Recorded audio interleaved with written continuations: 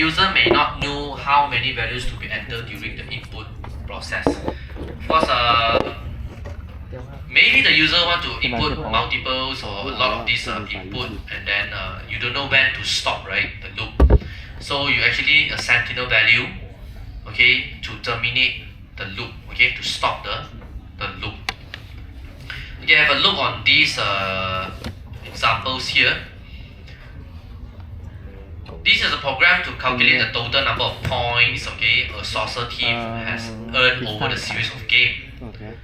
So this is the output. So we take a look at this output here. So this is the loop. Enter the point for game 1, and then it become 7. Enter the point for game 2 is 9, and then this is actually a loop. Okay, this is a loop. So it actually prompt the user to enter the score for each of the game here. Okay, let's say I only have 5 games. So when I want to stop this loop, what I do? Well, I actually put a -1 to indicate that I actually terminate the loop until my game 5 here only. Okay, so if you look at this code here, so you can see I have a while loop here. So the while loop is actually sending the message, enter the point for game, okay, here, enter the point for game 1, 2, 3, 4, 5, 6. So when the user enter the point game 1, right, and then you press enter, it will go to second game to enter the score. And then after the user enter, it will go to game 3, okay, and put in the value. So you didn't know when you're gonna stop this loop. Okay, you don't know when to stop this loop. So you have to use a sentinel value to terminate the loop. Okay, so here I said while the points not equals to -1, then I will continue looping until if the system receive user input as -1, and then I will terminate the loop and then go to the next statement to show the total points are how much here. Okay, so this is what we call the sentinel value, okay, a special value that cause a loop to stop. We use a value to stop the loops here. Okay, so the next one we're going to introduce the next for loops. Okay, we call it for loops here. So it is a pretest and counter control loop. So this is the syntax for loops. You always have your initializations, conditions, and your updating in one line for loops. And this is your action. Okay, so this one I don't need to explain it lah. Always start from your initializations, your conditions, and then your updating here. Okay, you have a condition, you have a updating below. Okay, so expression 1 initialize the control variables, conditions, and then expression 3 is updating either the increment or decrement of the control variable. Okay, so that's why we said for loop is actually a counter control loop. You always have a control variable. This is your control variable. So the for loop is actually equivalent to your while loop, the same thing. Okay, it's actually produce the same result, just that the pattern is different. So used when a loop is to be executed a known or a fixed number of times, we can do the same thing with a while loop, but the for loop is easier to read and more natural for counter control loop. So normally we will use this for loop okay, compared to while loops, okay, because it's easier to read. So we take a look on this comparison here. You look at the left side is actually your loop, your for loops, and your right side is your while loop. Okay, which one is more clean? The for loop, because the for loop actually consume just 4 lines of code only. 1, 2, 3, 4. Okay, but in your while loops, you can see in your while loops, you have to declare the variables outside and then do the condition, then only you update. Okay, in different place. But then in for loop, you actually declare everything just in one bracket here. Your initializations, your conditions, and your updating here together, everything together. So this is for loops and this is while loop. So if you have an empty for statements, it will cause an endless loop because the loop can start but no condition tells when to end the loop. So that's why you say that always when you have you do looping, you have to make sure that your initializations, your conditions, and your updatings is statement is correct, so that your loops can start and can stop. Okay, if not, it will become endless loop. It will continue looping.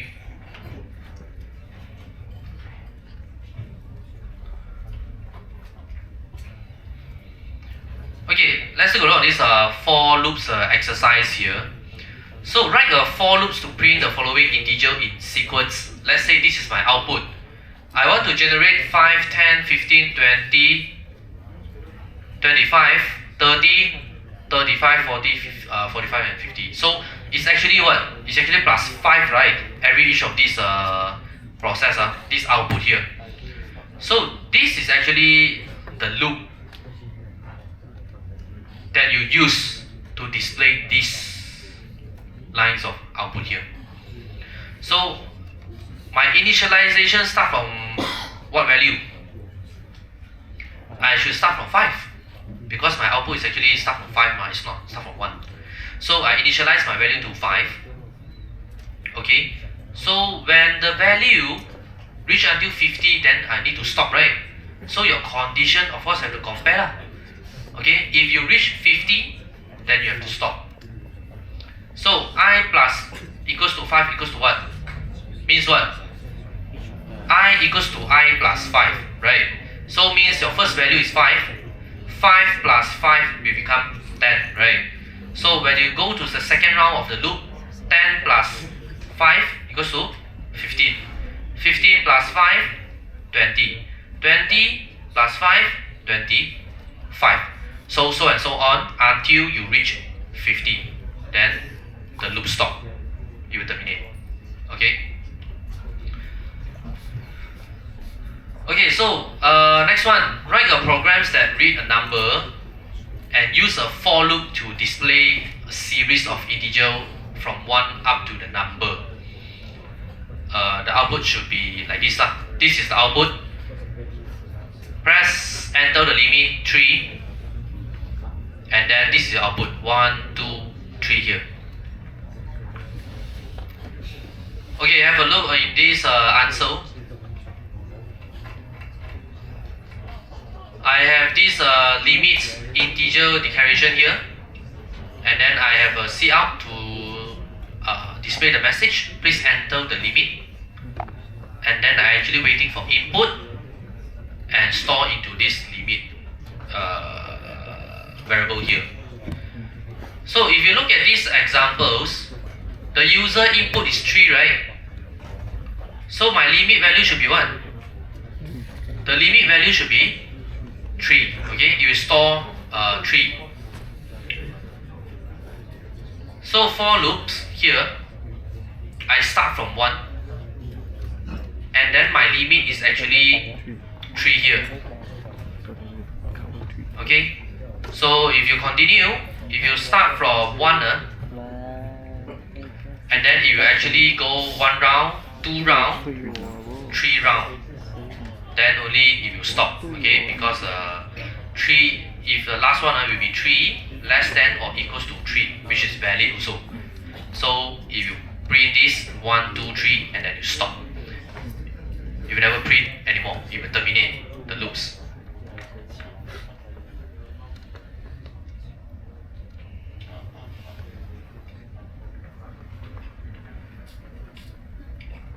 Okay, next one I have do while loops. So it is a post-test and event control loop. Okay, remember do while is actually a post-test and event control loop. So if you want the loop's body to execute at least one time, you can use a do while loop. Quiet, huh?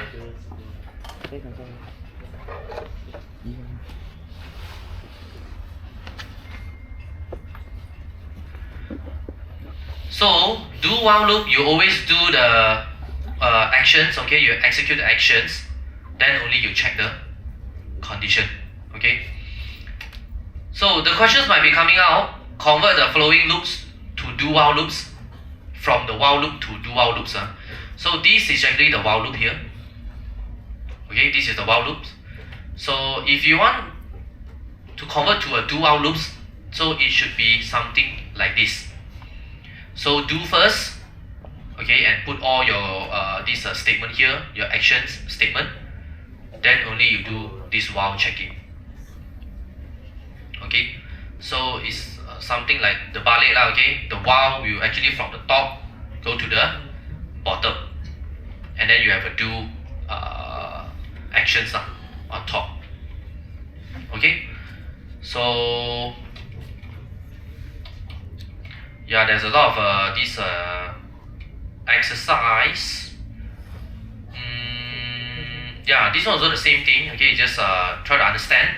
Print all multiples of 3 in between 10 to 90 inclusive. So this is the exercise. So this is for loops. This is for loops. This one is actually while. So for for loops, you convert to do while is also the same thing. Okay, using the do while, and then you put in your statements and your condition. This is your condition. Okay.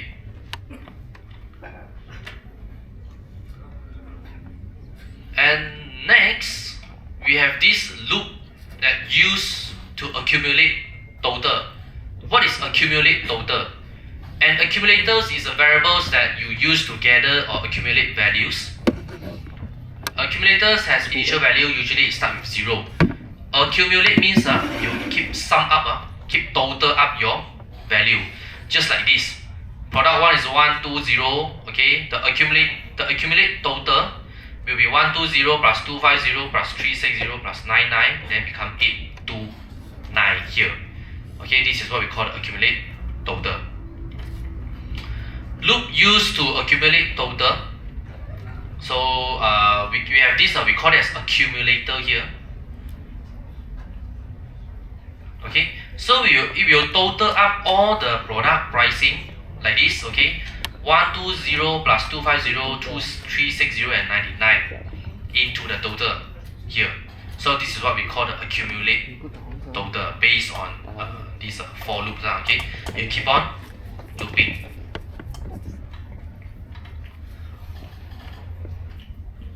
So far so good. So this is just sum up everything because accumulate total.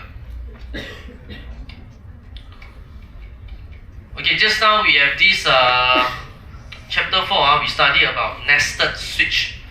So you have nested if, you have nested switch. Now you have nested loop. Inside a loop, you have another loop. We call it nested loop. Alright. So of course the program logics will get more complex or get more complicated lah if you have nested loop lah. Okay, so when there is a nested loop, for each iterations of the outer loops, the inner loop is entered and repeated until done before the next outer loop is entered. Of course, it might be a bit confused to you. So we take a look on the examples here. So this is my outer loop. The top one is my outer loop. And this one is my inner loop here. Okay, so inside the loop I have another loop here. We call it as the nested loop. I don't want to take these examples. I'm going to take these examples, okay, to explain.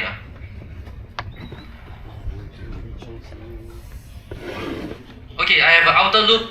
When I start from when I execute my programs, I always start from top to bottom. So the program you read this loop first, the outer loop. You read the first round. So this first round you go in.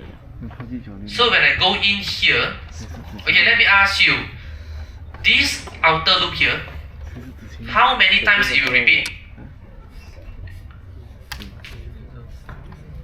If you look at this code here, how many times the loop will repeat? I mean this loop will repeat, outer one.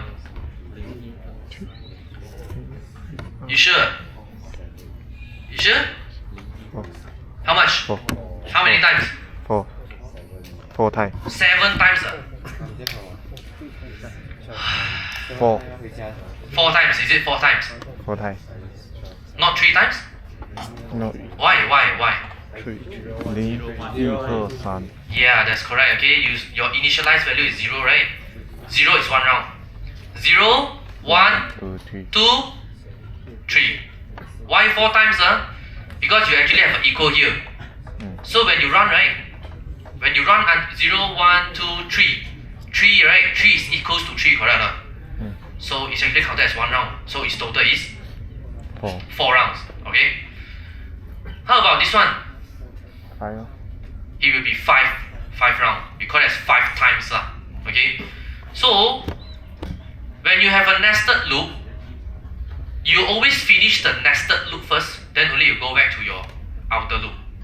Okay? You have to complete everything here. Let's say this for loop here, this nested loop here, you said you have to run 5 times, right? So you have to run 5 times first, then you go out to the outer loop here. Okay?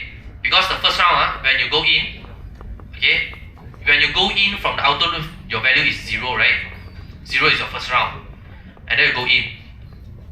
And then you have to complete this 5.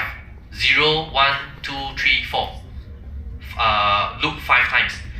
So when I loop, right, I actually doing what? I actually output this symbol. I actually printing out this symbol. Print how many times? I'm going to print 5 times. 1, 2, 3, 4, 5. 1, 2, 3, 4, 5. Continue this. Continue printing this value, this output message 5 times. Then you will get this pattern. 1, 2, 3, 4, 5. So after I finish already, what is the next steps I do? I go to the next. I break out already, right? I finish 5 times already. So I break out from the nested loop. I go to the next statement. So the next statement is go to the next line. End line, NL is actually end line here. So you end line, what is end line doing? You actually tell the system, go to the next line. So at the next line, after this one, after this statement, finish already. Where it goes? It will go up again. Continue. Another round, right? The second round. So the second round you go in. Second round you go in. You need to do what?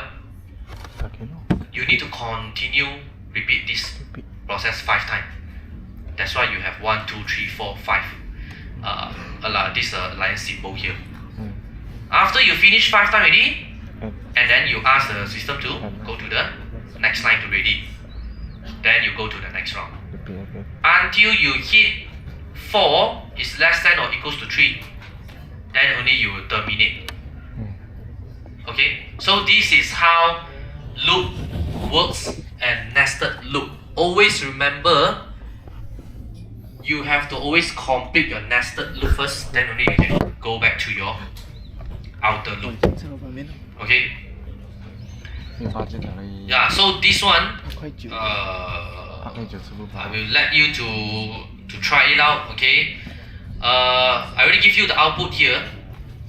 So I need you to study this one as an exercise.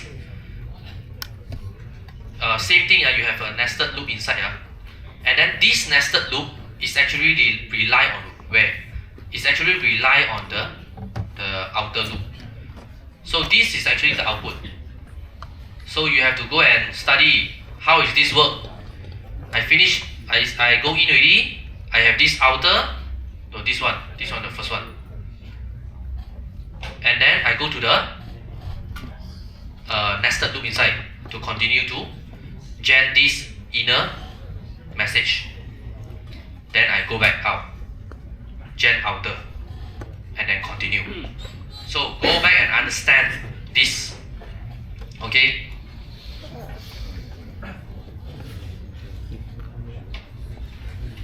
So you have a lot of exercise here. So what is the output for the following code here?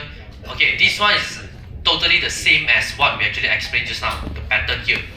Just that this pattern will become the plus sign only. That's it.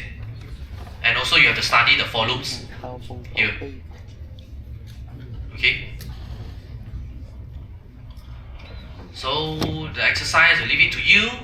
And we go to this the next one, the jump statement. So to terminate the loop or skip some statements within a loop when certain condition is true, so you need something. You need a break statement or a continue statement. So we have two types of jump statement. So when question asks you how many types of jump statement do you have, so you have to answer. You have a break statement and continue statement. Okay, so what is these two things doing? We start from this break statement first. What is break? Rest. What is the definition of break? Something like stop lah, okay, terminate, right? So it's actually to do an immediate exit in your programs or from the structure. We don't say program. Immediate exit from the structure. So the program execution continues with the first statement after the structure. So this break statement can be used in while loop, do while loop, for loop, and your switch statement. Just now in your switch statement, do you notice that you actually have a break statement there?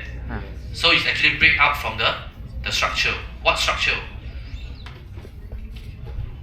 Okay, you look at these examples. Example is always the easiest to understand. Okay, means sample. So now I have a for loop structure here. I have a loop structure. So I have an X. So I am actually looping. What am I looping? I'm looping from 1 to 10. Right? So I have a condition here. If my X is equal to 5, then what I do? I have a break here. Terminal. This break is actually under this if statement. So if the condition true, then I'm going to break this thing. I'm going to initialize this break, right? I'm going to take action. So when I have this break here, I will actually exit this for loop structure. If you look at this output here, this loop supposedly have to run how many times? 10 times more, right? 1, 2, 3, 4, 5, 6, 7, 8, 9, 10. But then when the condition hits X equals to 5, let's say here, I run the first time, I get 1, 2, 3, 4. So until 4, then the second round is actually 5, right? The value. Then I break already. I break out from this structure. And then you actually go to the next. You will continue the next statement. So this is actually the next statement. Okay, the loop ended at, and then this is your value lah. Okay. We say you are not break out. I mean, you are not immediate exit the program. You actually immediate exit the structure only. Your for loop structure here. This is what we call a structure, the for loop structure. You still continue your program, just that you break out from the loops only. That's it. So we take a look on this continue here. So the continue statement will skip any remaining statements in the body of the structures and proceed with the next iteration of the loop. So what is you can use in any of these loop type here. Okay, we have the same scenario. Just now is break, right? Now is continue. So if you look at this output here, what is the difference? Do you spot the difference? Do you spot what is missing? The 5 is missing. Why? The definition already told you. A continuous statement will skip any remaining statements in the body of the structure and proceed with the next iteration of the loop. It will not break out from the loop, it will continue. Just that when you hit the statements, when you hit any remaining statements, let's say if x equals to 5, okay, this one I want to skip. I'm going to skip. I still continue the loop. Just that I skip this. I will continue loop, but I will skip this. So that's why you see that when I loop until 4, when I hit x equals to 5, it actually skip already. Then it will continue again. Okay, 6, 7, 8, 9, 10. 1 is break out. The break statement break out from the loop structure. Continue, it will still continue. Just that you will actually skip the remaining statement. Then it will continue again. Means that what? What is skip any remaining statement? You can see below this continue, right? I actually have a C out and then X one, correct? This C out X what? To display this one, this line. So it will skip. When you use continue, it will skip. Then continue, run again. You skip this and then continue your for loop to run. Okay, that's why only 5 then you're going to skip. Others 6, 7, 8, 9, 10, no problem. So this is break statement and continue statement. Okay. Okay, so far so good. Any questions on your chapter 5? Chapter 5 is all about looping. And you're going to use loop inside your assignment. Okay. Continue orders. Okay. Add-on orders. All these are the loops. You're going to apply loops inside. Okay. Yeah, if no questions, then you can get ready to get your connect to the Wi-Fi and get your attendance. 那每次超准，咁危險啊！超準麼？達到一個9分鐘就打爆卡。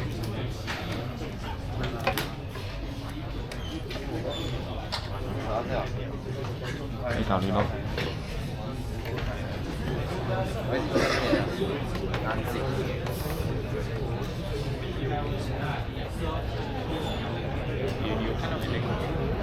我说我不会刷新啊。我操，好屌！我操，好高！哎，几号？什么号码？哦，原来是这样子用的。他大招有没有？他大招要飞啊！喂，原来你不会用的，我完全不会用这个，我就是拿爽了。Sign for yourself, don't sign for your friends. If you get caught, I will not inform you. 老师可以帮我点吗 If you cannot sign in, try again. 哦，电话有问题。可以啊，可以啊。 Can no need to show me. iPhone too bad already 啊。就是开心可以回。 Okay, so yeah, once you take your attendance, if nothing else, and then yeah, we can dismiss. Goodbye and see you next week. thank you 啊。一超一直双杀。假，假，假，假，真的哦。